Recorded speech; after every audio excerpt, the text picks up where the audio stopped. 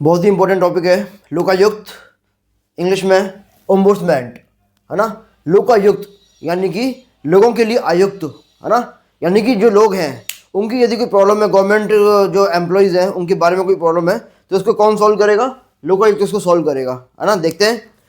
सबसे पहले एक्ट पारित किया, एक्ट पारित किया। सबसे पहले एक्ट का जो विचार आया, सबसे पहले लोकायुक्त होना चाहिए, यानी उड़ता उड़ता विचार आया। सबसे पहले उड़ता उड़ता विचार आया, वो कहाँ आया? उड़ता उड़ता विचार उड़ीसा के पास में, उड़ता उड़ता विचार उड़ीसा के पास में। तो एक्ट किसने पारित किया? उड़ीसा ने पारित किया।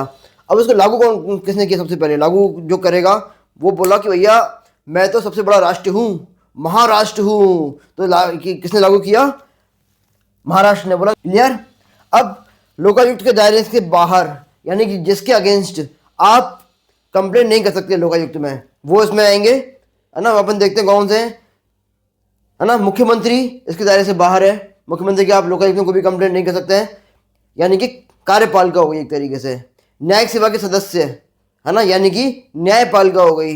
और विधानसभा व सचिवालय के कर्मचारी और अधिकारी, यानी कि विधायिका हो गई। यानी कि तीनों इसके दायरे से बाहर हैं। और कौन बचा भाई? निर्वाचन आयुक्त और उपायुक्त, चुनाव आयुक्त हो गया, वो भी इसके दायरे से सब बाहर हैं, है ना। उसके खिलाफ भी आप कंप्लेंट नहीं कर सकते, इसमें नहीं डाल सकते। महालेखाकार, एडवोकेट जनरल, वो भी इसके दायरे में नहीं आएंगे। आरपीएससी के अध्यक्ष और सदस्य, यदि आपको लग रहा है कि भाई आरपीएससी के जो अध्यक्ष हैं उन्होंने कोई घपला किया है, एक ही जो जिला है वहाँ से सारी की सारी सिलेक्शन दे दी है, वहाँ से आप उसके खिलाफ कार्यवाही यहाँ पे कंप्लेंट नहीं डाल सकते हैं, है ना। सरपंच, वार्ड पंच और विधायक, ये भी इसके दायरे में नहीं आएंगे। सेवानिवृत्त कर्मचारी, यदि किसी का रिटायरमेंट हो गया, वो भी इसके दायरे में नहीं आएंगे। और 5 साल से पुराने यदि मामले हैं, वो भी इसके दायरे में नहीं आएंगे। तो बचा कौन? हाँ, जब सब इसके दायरे से बाहर कर देते तो बचा ही कौन? बचे कौन से? मुख्यमंत्री दायरे में नहीं आएगा, लेकिन जितने भी मंत्री हैं वो सब इसके दायरे में आएंगे। क्लियर, है ना। विधानसभा सचिवालय के जो कर्मचारी अधिकारी इसके दायरे में नहीं आएंगे, है ना, लेकिन विभिन्न समितियों के अध्यक्ष, उपाध्यक्ष, ये इसके दायरे में आएंगे, है ना।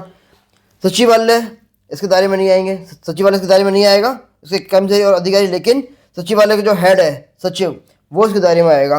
राष्ट्रीय प्रतिष्ठानों के अध्यक्ष, स्वायत्त शासन संस्थाओं के अध्यक्ष, उपाध्यक्ष और प्रमुख, वो सब इसके दायरे में आएंगे। क्लियर, यानी कि जितने भी आईएएस वाईएएस जो होते हैं ना, वो सब इसके दायरे में आएंगे।